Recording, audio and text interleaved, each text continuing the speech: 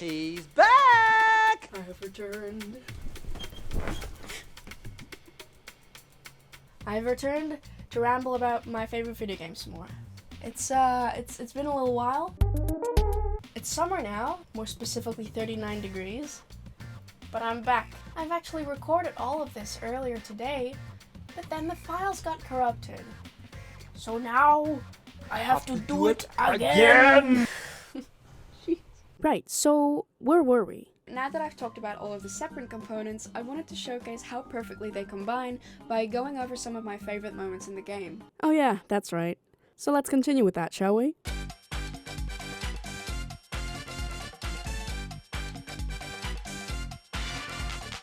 As I've said before, there are moments in this game that still give me chills to this very day. And this is probably the moment where, if you've been sitting through the previous video and haven't actually played the game for yourself yet, you should absolutely go ahead and do it.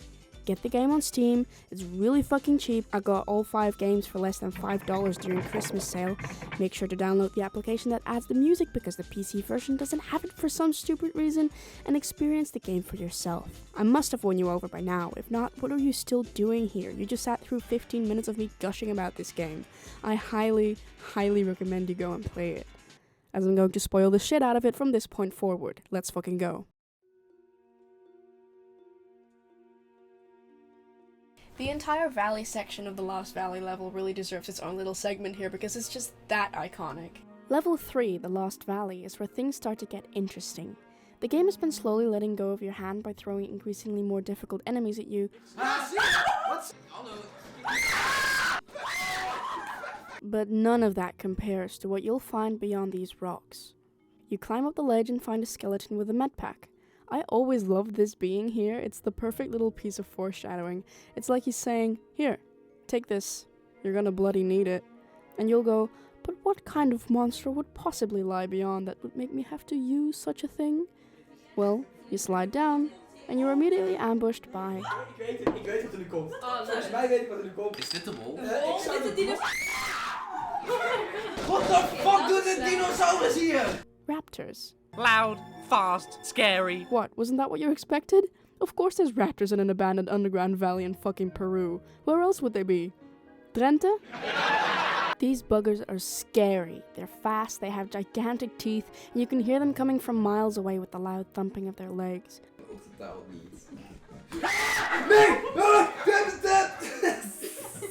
Luckily, they're not very hard to take down, and they even throw a peace sign at you once you do. Peace and love. But this was only the beginning. As you move further into the valley, taking in the lush scenery of palm trees and waterfalls, you'll encounter many more skeletons. And then, suddenly, that intense music kicks in, and round the corner comes... Nee? Noma wil iets zeggen. Kunnen we het hebben over...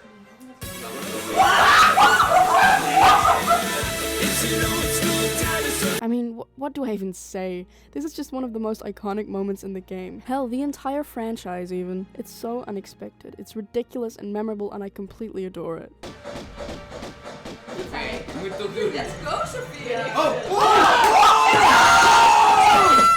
And there was much rejoicing.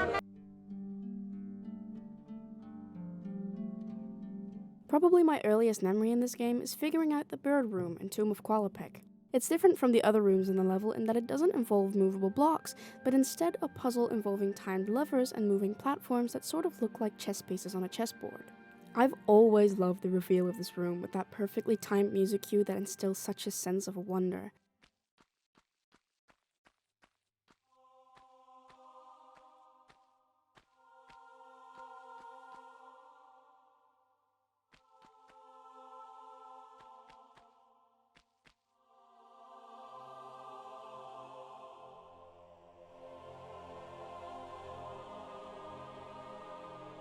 Oh my god. Oh my god. But the thing that made it especially memorable for me was the way that the platforms move. It used to freak me out. There's no easing on the animations, nor is there any sound to accompany it. They just sort of glide. Later in the same level, you enter the throne room of Qualopec's tomb, and if at this moment you have your guns drawn, Lara will unexpectedly aim at one of Qualopec's mummified guards. Nee. Ik haat hem nu al. Hij komt tot leven en ik... If you decide to shoot it, it'll eventually fall over with a moan. Jesus Christ. There's no real explanation to why this happens. It's just a creepy little thing the developers put in to freak you out, and it certainly succeeds. Little moments like this really help cement that idea of not knowing what's going to happen, especially after the surprise dinosaur in the last level, but also because after this, nothing really happens. You could have just missed this moment entirely if you didn't grab your guns at that point.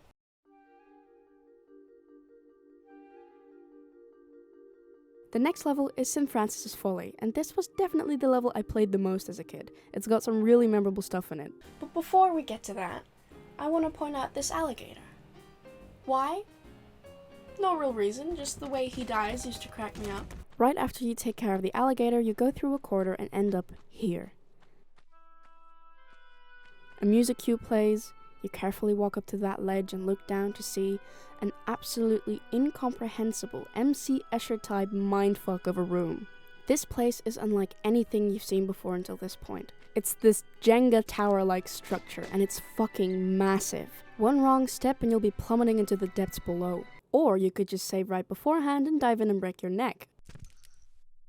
That's a nice crunchy bowl of oats. But we're not done here yet, because as I mentioned, this level has 4 puzzle rooms related to 4 mythical figures from Greek and Latin mythology, and also Thor is there. I have a headcanon for why Thor is here, even though it's just obviously the developers not really giving a shit about mythology, but I'll save that for later. Thor's room is actually one of my favorite rooms in the game. You pull the lever to open the door and there's just complete darkness behind it. You walk in, get hit with an unnerving music cue, and... Nee, maar de muziek. Ik bedoel de muziek. The funny thing about this room is that for the life of me, I still can't figure out how the fuck this thing works. The lightning is clearly attracted to these tiles on the ground, but even when you avoid those tiles, you can still get hit and die. My tactic is usually to dive in between the lightning hits and hope for the best. Het kwam alleen op die punten. Oh, ik Ja. Je zet 1 stap. Dat is niet. Nee, dit. Oh! Helemaal niet! Gaan. Oh! Ik ging te snel. Hoor, zo. Nee. Hey. Ik wilde het springen. After that, you come into this room with only a single pressure plate on the ground, right underneath a gigantic hammer. Is dat een hamer? Is dat een hamer? Als je op het omega-symbool staat, komt die hamer dan naar beneden. Is dat Chris Hemsworth? Stand on it for too long and the hammer will smash you. Stand on it too short, however, and nothing happens. You have to stand on it for just long enough to trigger the hammer falling, and then immediately jump out of its way so that the hammer hitting the ground makes some blocks fall from the ceiling so you can get up to the next room and grab a key. There's another room in this level really worth mentioning, and it's the room of Damocles. Quick mythology lesson. There was once this Greek ruler called Dionysus and his fanboy Damocles. And Damocles kept telling Dionysus how he was talented, brilliant, show-stopping, spectacular, never the same, totally unique. And Dionysus is all like, shut up, get out. But then Damocles doesn't shut up, get out, so Dionysus arranges this feast to take place, where Damocles gets to be in Dionysus's place for a day. And Damocles is living it up Hadestown style until he looks up at the ceiling to see that there's a sword hanging from a horse head above his head, ready to cleave his skull. And then Dionysus comes out and he's all like, this is what it's like to be a mighty ruler like me. And that's basically... Waarom rijmde dat? So that's basically that story. So guess what happens in the room of Damocles? Oké, hier komen geen beesten. Nee. Dus dan houden de gunners lekker in mijn zakkie. Oh, daarboven hangen zwaarden. Oh. Although the interesting thing about this room is that when you walk in for the first time, the swords don't fall, and so there's an incredible sense of dread, but again, nothing happens. Only when you take the key in the next room and turn to go back, that's when the swords decide to say fuck it and fall and cleave your skull. Ik zou misschien de Griekse mannen, dan ben ik ziek. Ik zou misschien nu wel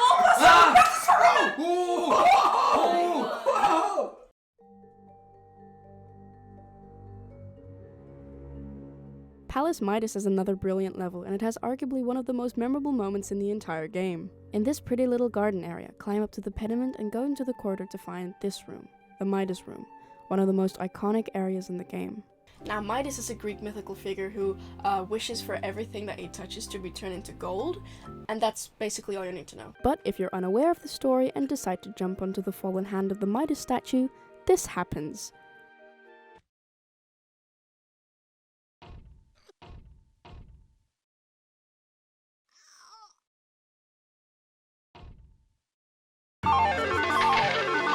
Holy shit. There's no other death like this in the game, with that dedicated extra camera movement to it. Turning into gold at a pace that's just enough to realize what exactly is going on without being able to do anything to stop it is probably one of the most horrifying ways to go I've ever seen in media. And understandably, it terrified a whole generation of young gamers, including me.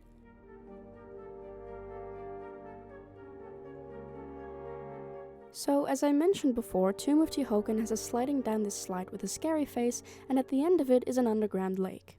This is a very surprising shift in tone for this level, seeing as in the beginning of the level and in the level beforehand, you were in this very dungeon-like setting, and all of a sudden you're thrust into this very natural, organic sort of environment, and it's really reminiscent of the much earlier levels in Peru. But of course the lake is not all untouched, as after finding a switch in an alcove and diving back into the water, you are greeted with this. Holy motherfucking shit. Excuse me, what? Excuse me, what? Again, that perfect music cue lets you know that this is the entrance to the Tomb of Tihocan, and it's guarded by two imposing statues. Now, after moments like the one in Qualipec's tomb, you know that these dudes are gonna come alive. Only when you approach them, they don't. So you're like, cool, okay, I'm gonna go on my merry way then. Found the switch to open the door. Great. You go back and bam, the statue reveals itself to be a meat centaur that shoots flaming meatballs. She's got flaming meatballs coming at her, come on. It fakes you out the first time to give you a false sense of security, and from this point onwards, you don't trust any single other statue in this game ever again. This won't be the last time you see one of these meat monsters either. They start appearing more and more in the late stages of Egypt, although at this point it's not really explained what they are. It's just that they are powerful and fast and thus very hard to take down.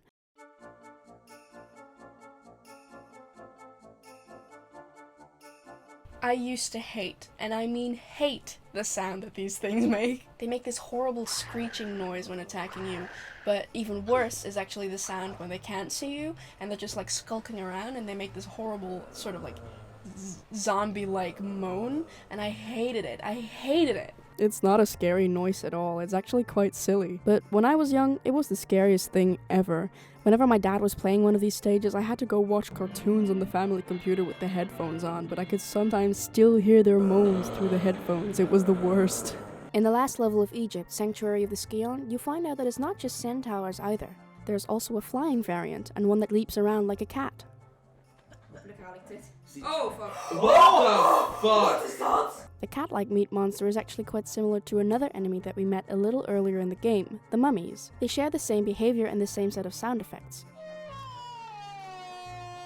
My theory is that the mummies are actually just meat monsters in disguise. It would explain why they act and sound not like humans, but like wild animals, and why they're 2 times your size. It would also explain why both of these creatures explode when they die. It would make a lot of sense in the context of the story too. But again, we'll get to why that is a little later.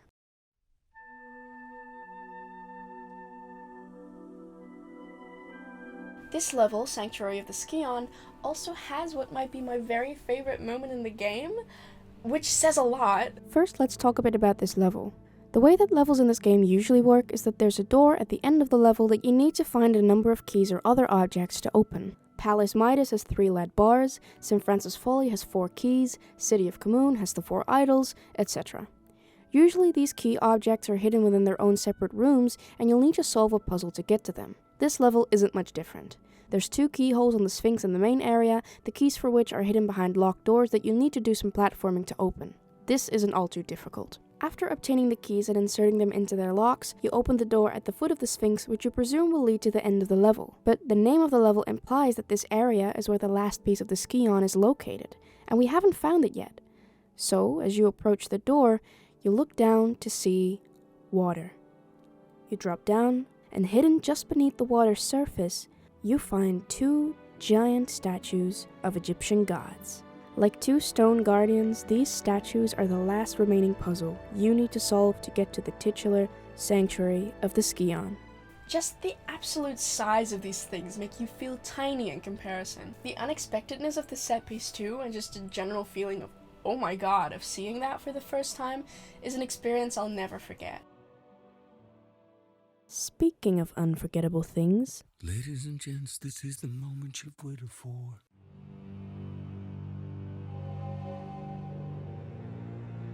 of course, a review of this game is not complete without mentioning the fascinating final act, the Atlantis levels.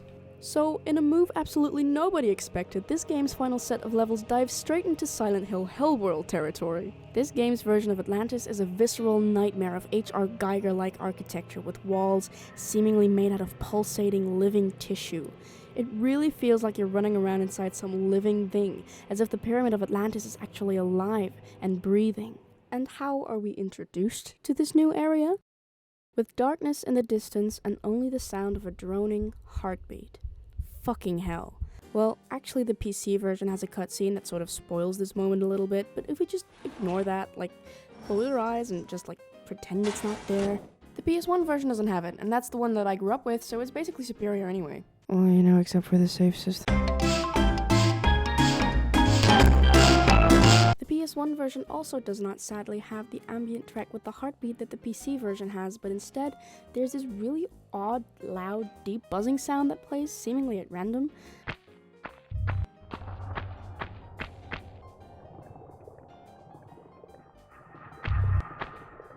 I have no idea why it's there. It doesn't even sound like it's supposed to be there, but it scared the shit out of me as a kid. I know it sounds silly, but just the unexplainable and unpredictable nature of it really freaked me out. For the longest time, I thought it was just something wrong with my copy of the game, but when I checked out the PS1 longplay on YouTube, it's there too, so it's supposed to be there. It even speeds up as soon as you start fighting enemies, so I assume it's supposed to be a heartbeat, but it sounds nothing like it. Speaking of the enemies, let's see what happens when you move a little further into the level. Oh my god! Oh jeez, oh my god! Oh, Right, so now we know what those meat monsters were. They're Atlantean mutants, and they're being grown in these ovary-like egg sacs, ready to jump out and attack you. What is my fucking accent? The freakiest example of these skinless mutants is found deep inside the Atlantean pyramid, simply known as the Doppelganger, aka Bacon Lara. Or as my dad used to call her, Peeled Lara. Delicious.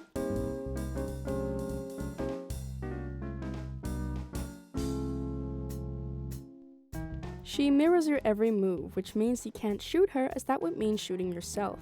So the way you have to kill her is by opening a platform that leads to a lava pit and standing on the upper side of that room so she falls into it. It's a very unusual puzzle.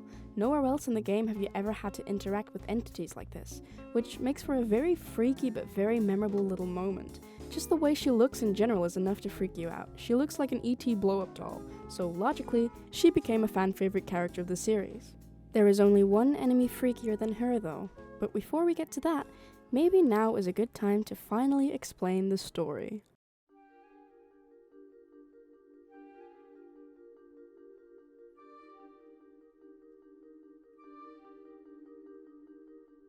The story of the game is as follows. An explosion at a nuclear test site unearths a strange disc-like object that was buried deep underground.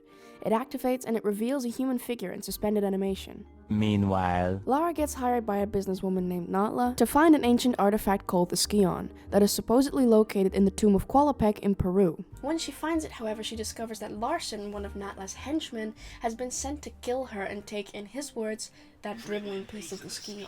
And Lara is like, this piece, where's the rest? And Larsen's all like, I'll even hide it to a barn door yet. And then Lara's like, of course. And then she kicks him in the head. He needs some milk! So Lara sets out to Natla's office in search for information in the most needlessly destructive yet extremely badass way possible, and finds out via ancient monk voiceover that yes, there actually is 3 pieces of the Skion, belonging to the belonging to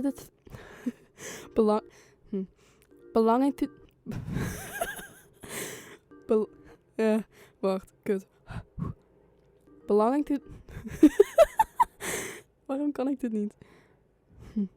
Belonging to the 3 rulers of Atlantis. Now, who'd so? Once combined, the artifact could harness tremendous powers.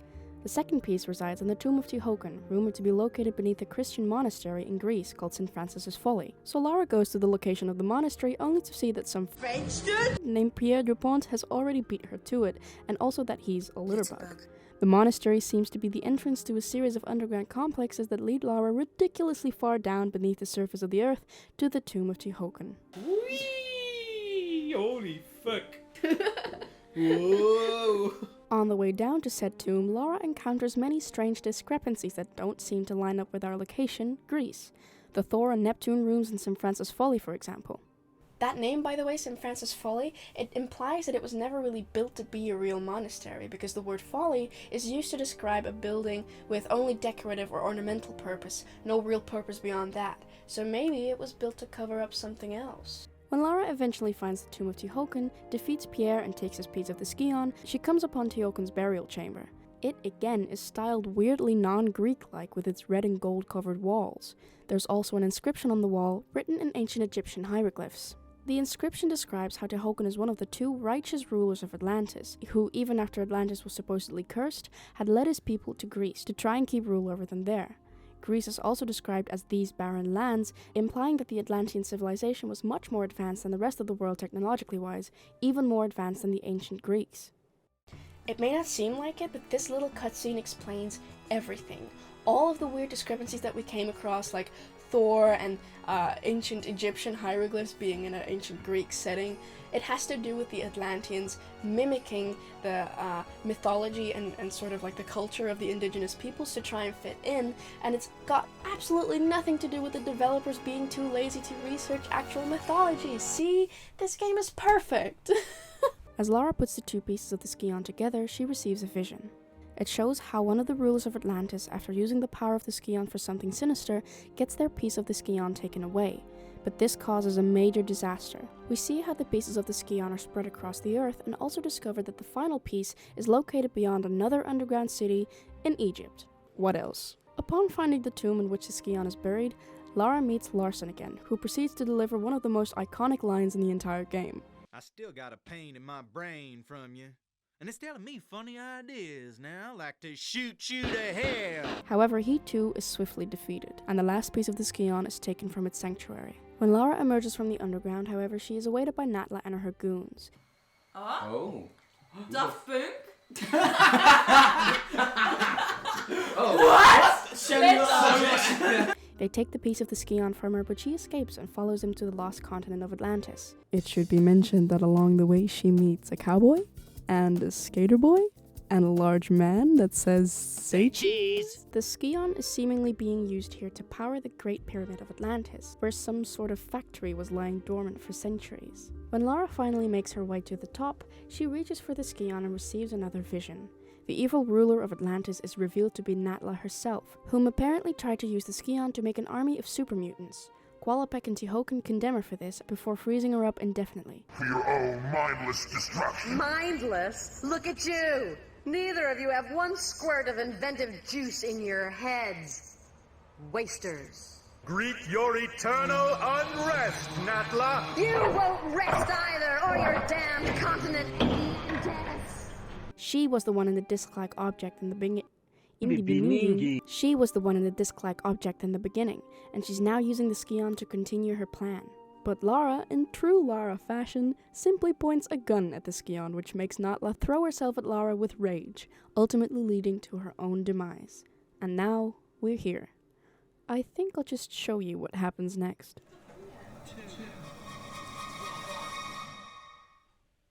Is het gewoon een bossfight? Oh my god! Holy What is that? What is that?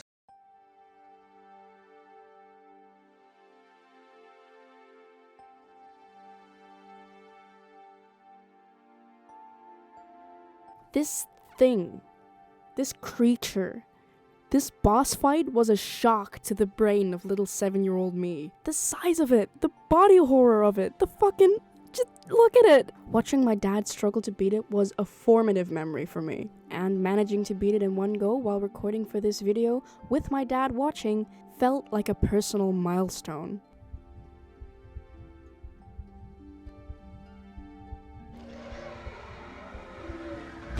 Yes! Yes!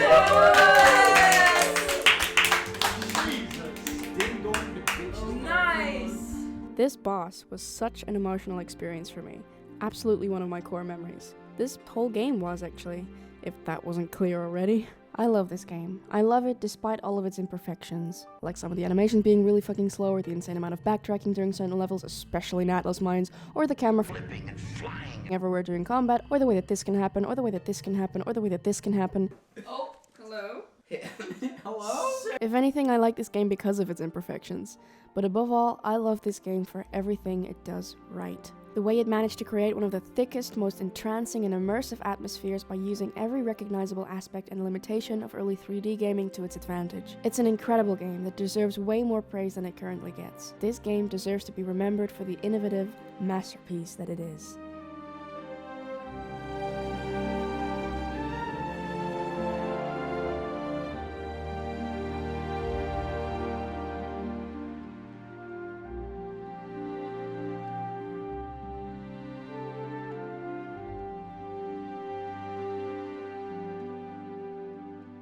And with that, I thank you ever so much for listening to me ramble about my favorite video game for about an hour. I'm going a little bit off script here. I'd originally filmed an outro to this video, but the camera was so badly out of focus that I have to re-record it now as audio while I'm at my parents' house for Christmas. This project took me a whole ass year to write, record, and edit, which feels like it's the most effort I've ever put into anything. I had a ton of fun making it. It taught me so much about video making and editing, and it just happens to be something that I really like to do. So I plan on continuing making videos about things that I'm passionate about in the future, but you know, probably in a way that doesn't require a whole year to produce one video, maybe. We'll see. I quickly want to thank all of my friends that helped me record. Ron, Jana, Morris, and especially the main five, Noah, Joop, Natalie, Sophia, and Sasha, who, for my birthday, agreed to me recording their first reactions to my favorite video game while also getting shit-faced drunk, and by doing so, gifted me with one of the best nights of my life. They are genuinely some of the funniest people I know. And because I have no real way to end this video, I will leave you with some of my very favorite moments from that recording, because being able to share this game with people and seeing their reactions is ultimately what I love about it the most. So thank you again for watching, and I hope you enjoy the rest of the video. Oh, een vleermuis. Vallen die mij aan? Ja. Oh, kut! Control. Ik heb er één. Niet veel voorgegaan. Oh, dit zijn de meisjes. Er staat boven. Steen! Het is een fucking steen! En iedereen die gilt op een steen! Hoe komt die steen nou daar? Die heeft iemand van de facilitaire dienst naar boven gerold. Spring naar voren. Ik ben bang, besties. Ja, ik ben heel en ik zou even zien. Nee! Yes! Passa! Nee! Yes! Nee! Zo, ben je ons aan het edgen? Zo, nee. Nee, springen! Oh my god, ik ben zo bad, bitch. Edge, Noah! Je doet het zo goed! Blijf leven! Go, Noah! Doe iets! Oh my fucking god! Noah, jij kan dit! Als Sophia een T-Rex kan overleven, kan jij een of andere white dude overleven. Ja. Control. Ah! Oh my god, Joop! Nee, kom op! Oké, Joop is echt in één keer! He is going with the sauce! Was het? Oh, ik ga niet. Oh my god, Zo laat mogelijk te gaan. Waarom is dat? Ik kan niet. Aap in de vechten. No? Het is Hij staat! Oh my god! Je hebt de Fransman vermoord, Noah. Goed zo. Oh. Wat zijn dat? Honden. Nee, ik weet niet wat het zijn. Heel de gross. Willen jullie iets heel grappigs zien? Ja, Echt heel gaaf. zie je dat? Ja. Zien jullie dat ding? Ja. Dat ding. Kut!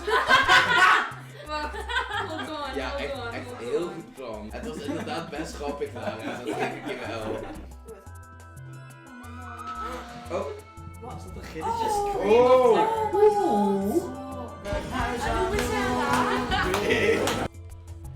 Stop, ik kan niet echt niet Jumanji? tegen. Jumanji. Am I wrong? Am I wrong? Zo. Oh, kut. Nu moet ik wel weer helemaal terugspringen. Oké, interessant. Cool. Als het nu wat dicht is. Oké, nee. Hoe wil jij jouw aardappel? Wat? Zeg maar, je hebt aardappelpuree, maar je hebt ook gepofte aardappel en ook gebakken aardappel. En je hebt friet en je hebt Nee. Is dit, even een serieuze vraag. Is dit een metafoor die ik niet snap? Of is dit een echte vraag? Metafoor was van iets vies. Wat de fuck? Kun je dit toch alsjeblieft even?